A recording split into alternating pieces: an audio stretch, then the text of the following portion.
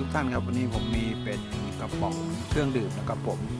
เป็นกระป๋องชาเบอร์ดี้นะครับผมทีนี้เดี๋ยวเราจะมาลองทำเป็นคือผมจะทำเป็นกระบอกยาวนะครับผมใส่กระดาษใส่อุปกรณ์ต่างๆนะครับลองติดตามชมกันนะครับ